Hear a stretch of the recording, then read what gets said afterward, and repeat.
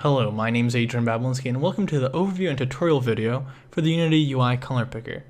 When you unzip the package, you'll have two of the most important folders, which are the color palettes and scripts, because that's where all the magic happens.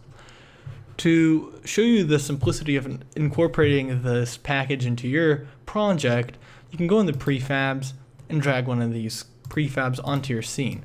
These are UI canvases, and for these to work, you'll need to go into Game Object, UI, and add an event system. And when you hit play, you'll see that the functionality is added. To make something more cool happen, you can go onto the main camera, you can go from clear flags from skybox to solid color and add the script change color. Here you will drag the color picker Unity UI, which is inside this canvas where it attached to the color picker. Now when you hit play, you'll see that the color changes like so. But let's say you want to use your own picture. Well, I have one right here. It's a beautiful picture of a dog. Import into my assets. And all you'll have to do is adjust the picture just a little bit. So, I'll select my picture of the dog. Like so. Then you can go on to Sprite, 2D and UI, hit apply. Now, one thing you do have to have enabled is the read and write option. So you'd have to go into texture type, advanced, enable read and write. Apply, and you're practically finished. Well, now since the picture is not 2D or not a circle, we can delete this, or we can change the color here, but then we'd also have to change the collider. And for the simplicity of this video, we're just going to change the prefab, delete. So I'll go into the prefab and I'll add the square color picker right here. Here we have the square. I can just go into the color picker, go into the palette. Instead of color square, I can go into dog howl. And like so, the picture is selected and you can move it around.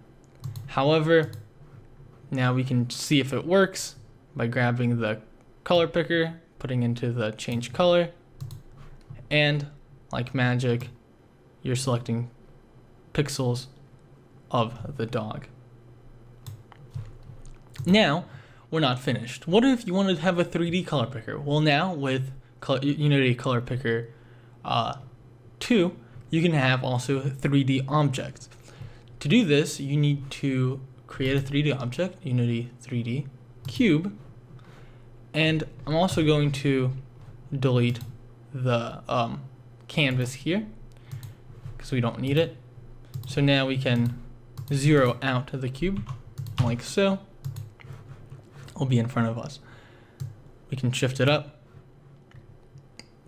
and for the most part, all you have to do is add a script called object palette. Now I'll attach this to the main camera, but you can really attach it anywhere. Here you have the value and you have layer. Well, this is a layer that gets selected, so we don't want all the objects in the scene to get selected because we might get some errors, or we might get some problems because not all the objects will have the correct components. So I've already created a layer called object palette. To create a layer, you'd have to go into layer and then add layer and type in a layer. Mine is object palette. Now I'll go on my cube and switch its layer to object palette.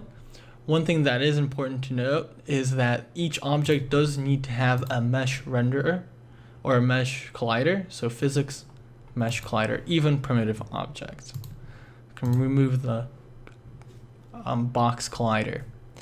Now we're practically finished. We do need some kind of texture, so we can put in our dog texture, but I think that kind of looks cheesy, so we can go into here and maybe we can do the color wheel like so. Maybe make the cube a little bigger to emphasize how cool this is.